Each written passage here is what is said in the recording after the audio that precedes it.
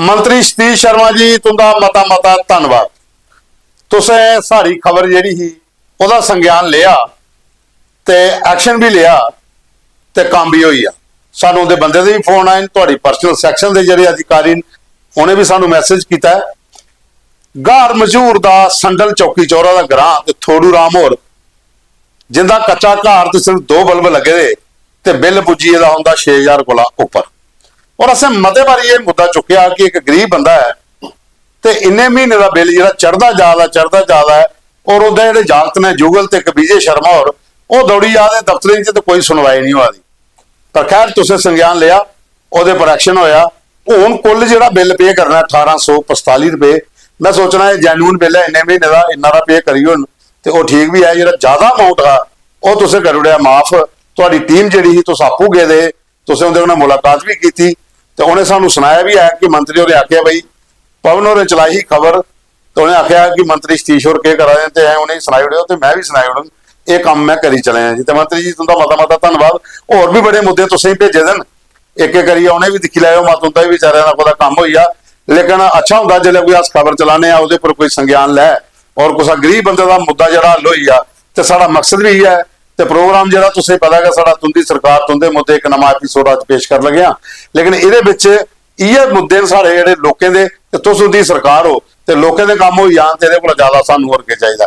असें इहे काम करना है, जिहड़े जिहड़े मुद्दे साढ़े कोल आउणगे असें लोकें दे मुद्दे सामने रखने और तुंदे तक पजाने, जिहड़े तुहाडे इलाके दे जां तुहाडे मंत्रालय दे ओह तुसें हल करने। तो इ'यां काम चलदा रहो, मिलिए काम चलाने, लोकें दे मुद्दे हल होई जाण, सरकार अपने आप चलदी रहिंदियां, परेशानी कुसै नहीं हुंदी।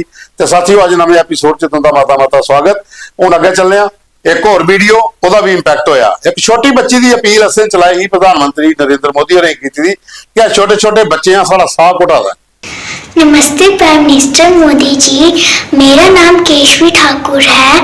मैं पवन आत्मा गवर्नमेंट स्कूल कठार मनवाल से बोल रही हूँ। मैं दूसरी कक्षा में पढ़ती हूँ। हमारे स्कूल के पास एक लुक प्लांट लगा है, उससे काला धुआं निकलता है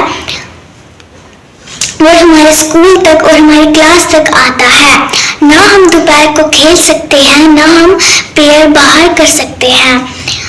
प्राइम मिनिस्टर मोदी जी, हमारे स्कूल वाले भी बड़ी कोशिश कर रहे थे लुक प्लांट बंद करवाने की, पर लुक प्लांट नहीं बंद हुआ। प्राइम मिनिस्टर मोदी जी, आप ही बताएं अब हम क्या करें।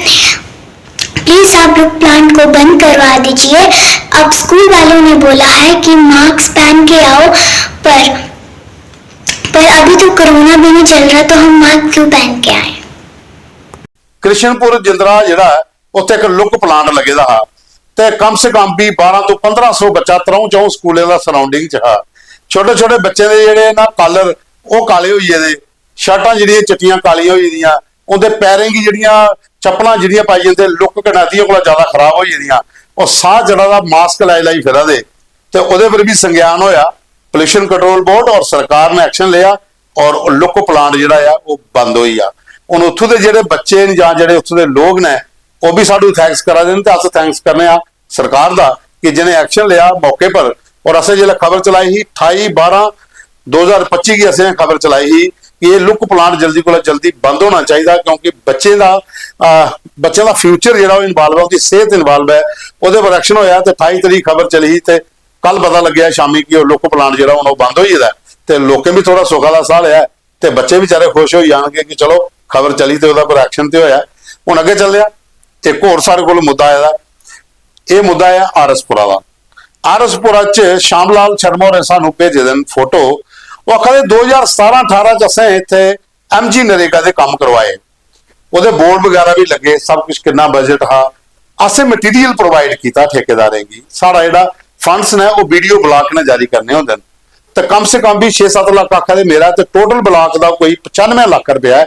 आरसपुरा का अलग अलग पंचायतां नरठाणा जां नवें शहर पंचायत जां दूसरी पंचायतां जिहड़े इत्थे काम होए ते वो 2017-18 की पेमेंट पेंडिंग है।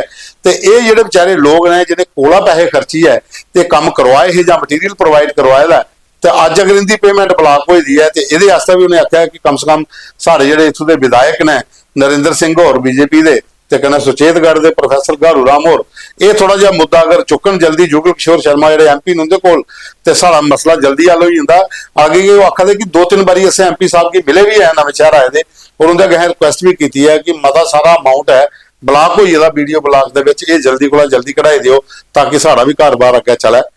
ਹੁਣ ਅੱਗੇ ਚੱਲਦੇ ਸਾਥੀਓ ਇੱਕ ਹੋਰ ਨਗਰੋਟਾ ਡੰਸਾਲ ਦੇ ਵਿੱਚ ਗੁਰੂ ਨਾਭਾ ਦਾਸ ਮੰਦਿਰ ਦਾ ਸ਼ੈੱਡ ਦਾ ਇਨਾਗੂਰੇਸ਼ਨ ਹੋਈ ਹੈ, ਤਿਆਰ ਹੋਈ ਆਓ ਔਰ ਇਹ ਸ਼ੈੱਡ ਜਿਹੜਾ ਹੈ ਉੱਥੋਂ ਦੀਆਂ ਡੀਡੀਸੀ ਜਿਹੜੀਆਂ ਸ਼ਮੀਮਾ ਬੇਗ ਤੇ ਬੀਡੀਸੀ ਦੇ ਜਿਹੜੇ ਐਕਸ ਚੇਅਰਮੈਨ ਨੇ ਰਹਿਮਤ ਅਲੀ ਇਹਨੇ ਆਪਣੇ ਫੰਡ ਚ ਕਰਾਇਆ ਤੇ ਕਮੇਟੀ ਨੇ ਜਿਹੜੀ ਉੱਥੋਂ ਦੀ ਕਮੇਟੀ ਹੈ ਗੁਰੂ ਨਾਭਾ ਦਾਸ ਕਮੇਟੀ ਜਿਹੜੀ ਉਹਦੇ ਜਿਹੜੇ ਪ੍ਰਧਾਨ ਨੇ ਵਿਜੇ ਕੁਮਾਰ ਹੋਰ ਤੇ ਉਹਨੇ ਕੇਵਲ ਕੁਮਾਰ ਹੋਰ ਜਿਹੜੇ ਪ੍ਰਧਾਨ ਨੇ ਉਹਨੇ ਇਹਦਾ ਥੈਂਕਸ ਕੀਤਾ ਤੇ ਉਹਦੇ ਨਾਲ ਜਗਦੀਸ਼ ਕੁਮਾਰ ਹੋਰ ਔਰ ਸਾਨੂੰ ਜਿਹੜੇ ਫੋਟੋ ਵੀਡੀਓ ਵਗੈਰਾ ਭੇਜੇ ਰਜਿੰਦਰ ਕੁਮਾਰ ਨੇ ਪ੍ਰਗਾਲਤਾ ਜਗ੍ਹਾ ਪਾਉਂਦੀ ਹੈ ਨਗਰੋਟੇ 'ਚ। ਇੱਥੇ ਗੁਰੂ ਨਾਭਾ ਦਾਸ ਮੰਦਿਰ ਜੀ ਦਾ ਇੱਕ ਬੜਾ ਵੱਡਾ ਉੱਥੇ ਸਥਾਨ ਹੈ ਉਹ ਕਾਫੀ ਸੰਖਿਆ 'ਚ ਲੋਕ ਉੱਥੇ ਜਾਂਦੇ ਨੇ ਪਰ ਉੱਥੇ ਦਿੱਕਤ ਆਵਾਦੀ ਸ਼ੈੱਡ ਦੀ ਤੇ ਮਦਦ ਚਲਾਦੀ ਦੀ ਮੰਗ ਵੀ ਚਲਾਦੀ ਹੁਣ ਜੀ ਇਹਦਾ ਸ਼ੈੱਡ ਜਿਹੜਾ ਪੂਰਾ ਤਿਆਰ ਹੋਈ ਹੈ। ਤੇ ਸਾਥੀਓ ਇਹ ਸਾਡੇ ਅੱਜ ਦੇ ਮੁੱਦੇ ਅਸੀਂ 2 ਇੰਪੈਕਟ ਤੋਂ ਹੀ ਦੱਸਣ ਖਬਰਾਂ ਨੇ ਜਿਹੜੇ ਹੋਏ ਨੇ। ਕੋਈ ਹੋਰ ਮੁੱਦੇ ਸਾਡੇ ਕੋਲ ਜਿਹੜੇ ਭੇਜ ਕੇ ਉਹ ਖਬਰ ਦੇ ਕੈਪਸ਼ਨ ਵਿੱਚ ਆਪਣਾ ਮੋਬਾਈਲ ਨੰਬਰ ਲਿਖਦਾ WhatsApp ਕਰੋ ਉਹਦੇ ਪਰ ਸਾਨੂੰ ਆਪਣੇ ਫੋਟੋ ਵੀਡੀਓ ਮੁੱਦੇ ਤੇ ਕੱਲ ਫਿਰ ਮਿਲ ਗਏ ਇੱਕ ਨਵੇਂ ਐਪੀਸੋਡ 'ਚ ਪ੍ਰੋਗਰਾਮ ਕੀ ਪੂਰਾ ਦਿਖਿਆ। ਲਾਈਕ ਕਰਿਓ, ਸ਼ੇਅਰ ਕਰਿਓ ਔਰ ਕਮੈਂਟਸ ਵੀ ਜ਼ਰੂਰ ਕਰਿਓ।